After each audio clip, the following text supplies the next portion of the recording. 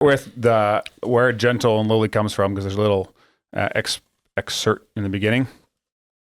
My dad pointed out to me, and we're going to read the first part of this chapter here. So my dad pointed out to me something that Charles Spurgeon pointed out to him. In the 4 gospel accounts given to Matthew, Mark, Luke, and John, 89 chapters of biblical text, there's only one place where Jesus tells us about his own heart. We learn much in the 4 Gospels about Christ's teaching. We read of his birth, his ministry, and his disciples. We are told of his travels and his prayer habits. We find lengthy speeches and repeated objections to his hearers, prompting further teaching. We learn of the way he understood himself to fulfill the Old Testament. And we learn in all 4 accounts of his unjust arrest and shameful death and astonishing resurrection. Consider the thousands of pages that have been written by theologians over the past 2,000 years on these things. But only in one place, perhaps the most wonderful words uttered by human lips, we hear Jesus himself open up to us, his very heart. In Matthew 11:28 through 30, and he says, "Come on to me, all who labor and are heavy laden, and I will give you rest. Take my yoke upon you and learn from me, for I am gentle and lowly in heart, and you will find rest for your souls. For my yoke is easy and my burden is light." And so he describes his heart as gentle and lowly. And does he explain there what that means to be gentle and lowly? The Greek word gentle here occurs just 3 other times in the New Testament. In the first beatitude, the word that the meek will inherit the earth. In the prophecy in Matthew 21, verse 5, that Jesus the King is coming to you, humble and mounted on a donkey. And in Peter's encouragement to wives to nurture more than anything else. Interesting. The hidden person of the heart with the imperishable beauty of a gentle and quiet spirit. Meek, humble, and gentle. Jesus is not trigger happy, not harsh, reactionary, easily exasperated. He is the most understanding person in the universe. The posture most natural to him is not a pointed finger, but open arms.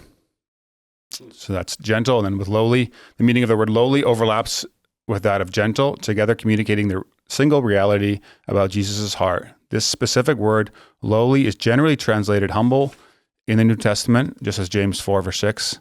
God opposes the proud, but gives grace to the humble. So to be Christ-like would be to be gentle and lowly. Yeah. Whew. Tall order. Yes. But that's the heart of Christ. I mean, I think we naturally don't view him that way. We view him as God is authoritative or, pointing the finger. But that's the opposite. But it does also say that, actually, there's one line that's quite interesting. If Jesus hosted his own personal website, the most prominent line on the About Me dropdown would read, gentle and lowly in heart. But this is not for everyone indiscriminately. This is who he is for those who come to him, who take his yoke upon them and cry out to him for help. So, yeah, I think it's just. I'll read this other piece here. Men are apt to have contrary conceits of Christ, but he tells them his disposition there, by preventing such hard thoughts of him to allure them unto him the more. We are apt to think that he is being so holy. We are apt to think that he, being so holy, is therefore of a severe and sour disposition against sinners, and not able to bear them. No, he says, I am meek and gentle in my nature and temper. We project unto Jesus our skewed instincts about how the world works. Human nature dictates that the wealthier a person, the more they tend to look down on the poor. The more beautiful a person, the more they put off by the ugly. And without realizing what we are doing, we quietly assume that the one so high and exalted has correspondingly difficulty drawing near to the despicable and unclean. Sure, Jesus comes close to us, we agree, but he holds his nose. This is the risen Christ, after all. He is the one whom God has highly exalted, and at whose name every knee will bow in submission. Yeah. Yeah, I don't know. He's a friend of sinners, right? And we don't view him that way, right? No. I mean, God does hate sin, but he was accused of that by other people. Of what? Of being a friend of sinners. He didn't take that title off on himself. People said, "You're a friend of sinners." Yeah. It was actually... and in that discourse, because I think I read it recently, that's where he says, the sick need, the healthy don't need a doctor, right? Or something like that. I think I'm really butchering the text there. But I think it's interesting because I feel like in our culture that we live, people just do a lot of like just trying harder to look better and hang out with good people. And we just put all these labels on everybody, right? Yeah.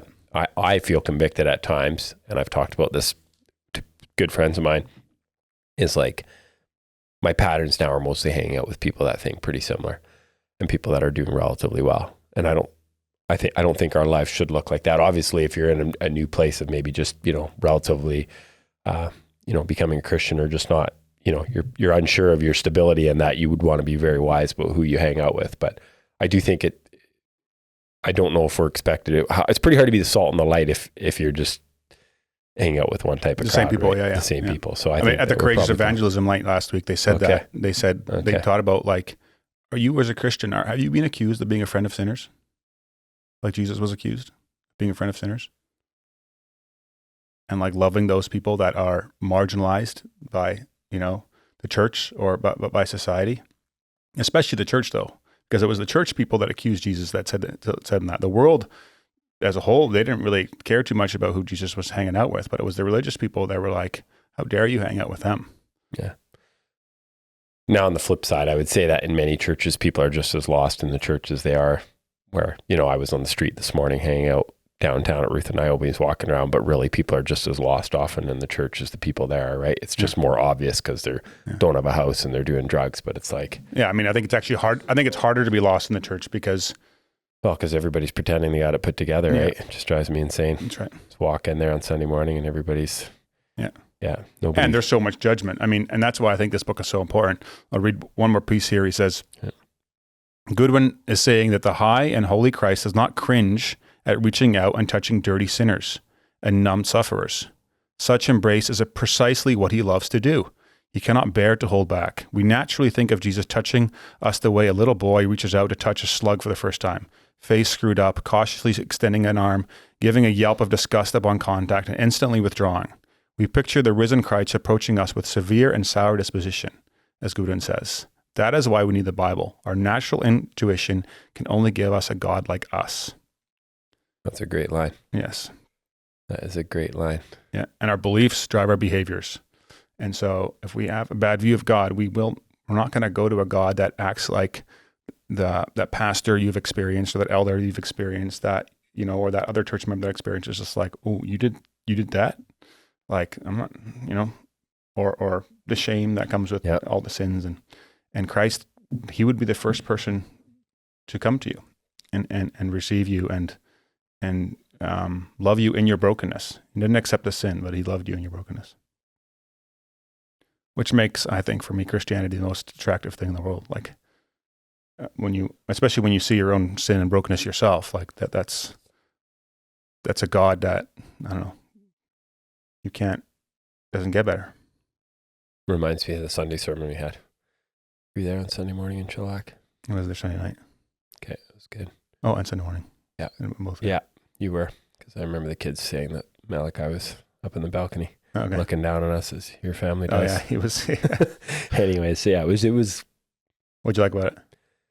Oh, just how well Pastor Matt articulated just how dead we are on our own. And like, I don't think a lot of us realize that enough, but we also don't realize that the call that's there, right? And we sit and we wait and we think, especially with the doctrine that we've been taught, right? We use the doctrine as an excuse but that was never the point of the doctrine. It was never meant to be, it was always meant to probably be a comfort, if anything, right? Well, the Bible literally says that you would not boast. Yeah. Yeah. But it's fascinating how, we have this idea of like, hey, I mean, our job is just, to repent of our sin, right? And to turn to God. And I think at least for me in my life, I like blindly sat in this weird spot, this heretical teaching. I'm just kind of like, well, I can't do anything. I'm done, and just like, well, boy, be careful. Like, you're not going to be allowed to use the like, you could use the Bible, I guess, but you can't use just like, you need to be reading the Bible. I mean, I used to say, so I just thought it was a really good teaching on the full gospel. I thought it was